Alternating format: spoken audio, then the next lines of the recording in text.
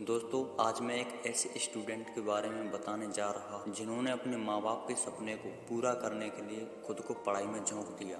इनके पिताजी बहुत ही गरीब किसान थे, लेकिन फिर भी अपने बेटे की पढ़ाई में कोई कमी नहीं आने दी, क्योंकि खेती बाड़ी करके घर चलाना कितना मुश्किल होता है ये सिर्फ एक किसान ही समझ सकता है। और ये सारी चीज़ें इनके बेटे भी समझ रहे थे।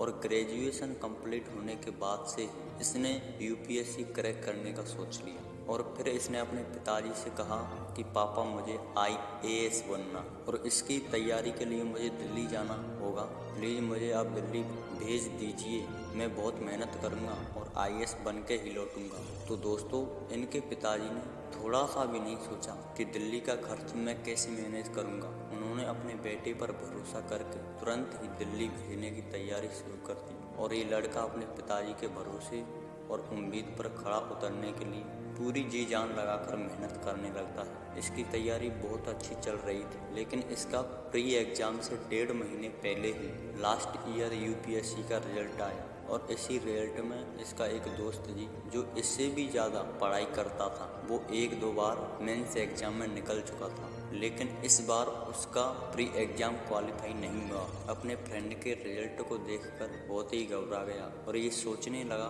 कि जब मेरा दोस्त जो मुझसे भी ज़्यादा मेहनत करता है उसका रिजल्ट नहीं हुआ तो मेरा कैसे हुआ।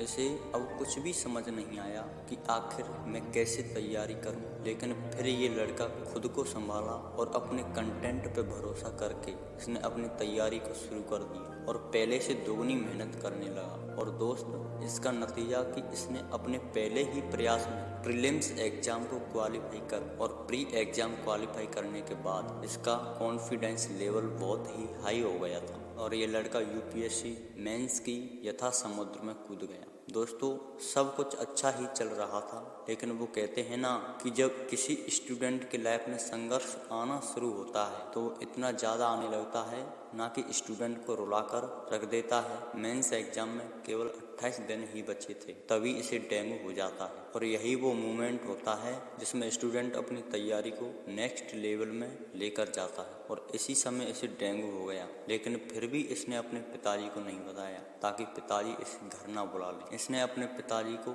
ना बताते हुए आर्मी भाई को बताया जो आर्मी में जॉब करते थे और कहा कि भैया मुझे डेंगू हो गया है, लेकिन भैया आप इस बारे में पिताजी को कुछ मत बताना। लेकिन दोस्त, भाई का इतना प्यार ज़्यादा था कि इससे रहा नहीं गया और इसने पिताजी को बता दिया कि भैया को डेंगू हो गया है। और जैसे ही इसके पिताजी को पता चला तो तुरंत ही घर बुला लिया और तुरंत ही इसे नासिक के हॉस्पिटल में भर्ती करा दिया, क्योंकि एक पिता के लिए अपने बेटे का हेल्थ ही सब कुछ होता है। लेकिन दोस्त, ये लड़का बिल्कुल टूट गया था और वही हॉस्पिटल में रोने लगा और अपने पिताजी से कहने लगा कि पापा ये सब मेरे साथ क्यों हो रहा है, अब मैं कैसे तैयारी करूं, मुझे कुछ भी समझ नहीं आ रहा। मैंने बहुत मेहनत किया था और जब समय आया है अपने आप को तैयार करने का यूपीएससी मेंस के लिए तो उसी समय मुझे डेंगू हो गया और मैं हॉस्पिटल में हूँ। तब इनके पिताजी ने एक बात बोला कि बेटा, ये वो मोमेंट है जिसे तुम या तो रोकर बर्बाद कर सकते हो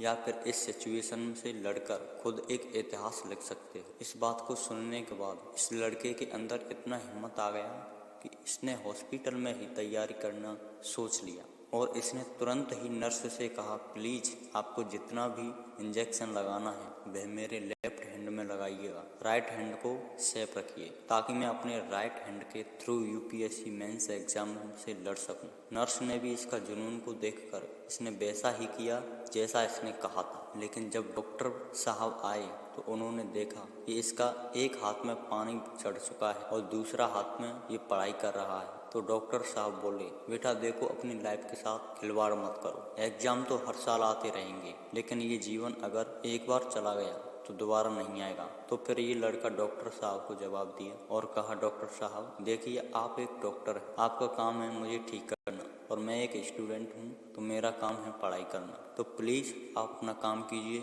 और मैं अपना काम कर रहा हूँ। क्योंकि दोस्त, यूपीएससी एग्जाम की तैयारी करने में कितनी रातें कुर्बान करनी पड़ती हैं ये सिर्फ स्टूडेंट ही समझ सकता है। और ये लड़का अपनी मेहनत को व्यर्थ नहीं जाने देना चाहता, इसलिए उसने हॉस्पिटल में ही तैयारी करना शुरू कर दिया। इसने 14 दिन लगातार हॉस्पिटल में ही तैयारी की और उसके बाद ये दिल्ली अपने रूम में चला गया और रूम जाकर बहुत ही रोने लगा और अपने दोस्तों से कहने लगा कि भाई अब मेरे पास केवल 14 दिन बचे हैं। हॉस्पिटल में पढ़ाई तो किया लेकिन रूम के जैसा पढ़ाई नहीं हो पाया। तब उसके दोस्त ने भी यही कहा कि देखो तुम्हारे पास दो ही ऑप्शन है, या तुम रो या फिर 14 दिन अपनी तैयारी करो। फिर इसके अगले ही दिन बहुत ही उदास होकर अपने शिक्षक से मिलने गया और वहां जाकर बहुत ही उदास होकर बैठा। तभी उसके शिक्षक ने कहा कि बेटा क्या हुआ, बहुत उदास लग रही हो। ये लड़का क्या हुआ शब्द सुनते ही आंखों में आंसू आ गए और फिर ये लड़का बोलने लगा कि सर कभी मुझे डेंगू हो जाता है तो कभी डायरिया, कभी कुत्ता काट लेता है तो कभी मेरा फोन चोरी हो जाता है। सर अब आप ही बताइए कि ऐसे में एक एक्सीलेंट ऑफिसर कैसे बन पाऊंगा। तो फिर टीचर ने जवाब दिया और उन्होंने कहा कि बेटा लाइफ में अप्स एंड डाउन होते रहते हैं और जो इस सिचुएशन को फेस